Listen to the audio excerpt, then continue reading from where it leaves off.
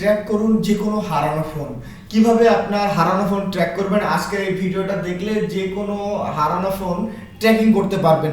সেজন্য অবশ্যই এই সেটিংসগুলো পূর্ব থেকে ওকে করা লাগবে। যদি এই সেটিংসগুলো আপনার ফোনে ওকে করা থাকে, আপনার ফোন হারানো মাত্র আপনি ট্র্যাক করতে পারবেন। কিভাবে ট্র্যাক করবেন আজকের ভিডিওটা সম্পূর্ণ দেখলে বুঝতে পারবেন।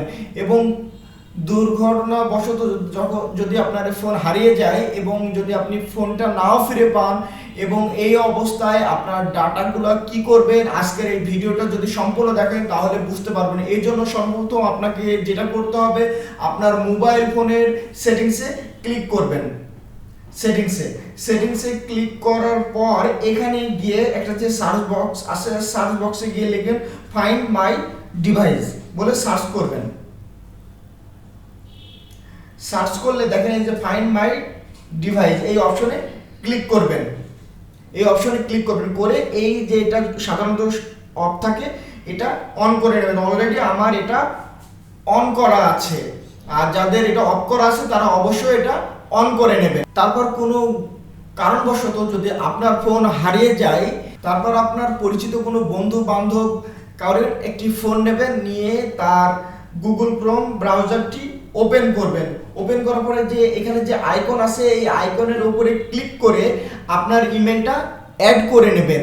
যে ইমেলটা আপনার হারিয়ে গেছে, যে মোবাইলে যে ইমেলটা ওপেন করা আছে সেই ইমেলটা এখানে অ্যাড করে নেবেন।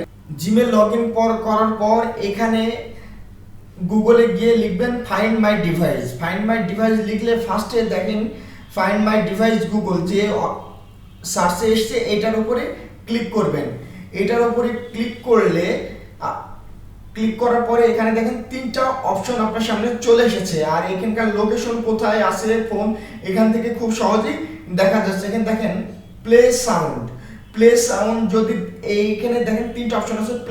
প্লে সাউন্ডের উপরে যদি ক্লিক করেন, আপনার বাসায় যদি কোনো আনাচে কানাচে বা কোনো এক জায়গায় চিপার ভেতরে মোবাইল ফোনটা বন্ধ হয়ে পড়ে আছে, তখন যদি এই প্লে সাউন্ডে অপশনে ক্লিক করেন এটা অটোমেটিকলি সাউন্ড দিতে শুরু করবে।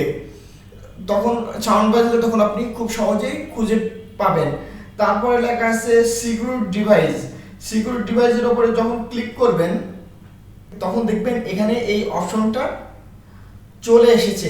এখানে দেখেন রিকভারি মেসেজ, আপনি এখানে একটা মেসেজ এবং আপনার এখানে যদি আপনার মোবাইল নাম্বারটা দেন, যে ব্যক্তি আপনার ফোনটি পেয়েছে তা আপনার ফোনে যদি প্যাটার্ন লকও থাকে তার মোবাইলের ওপরে এই এসএমএসটি শো করবে। সে খুব সহজে বুঝতে পারবে যে আপনার এটা নাম্বার, সে এখান থেকে আপনাকে একটি ফোন করতে পারে যদি কোনো ভালো ব্যক্তি পেয়ে থাকে। আর যদি চোর পেয়ে থাকে তাহলে তো অবশ্যই এই এসএমএস দেখে সে কখনোই আপনার ফোন রিটার্ন করবে না।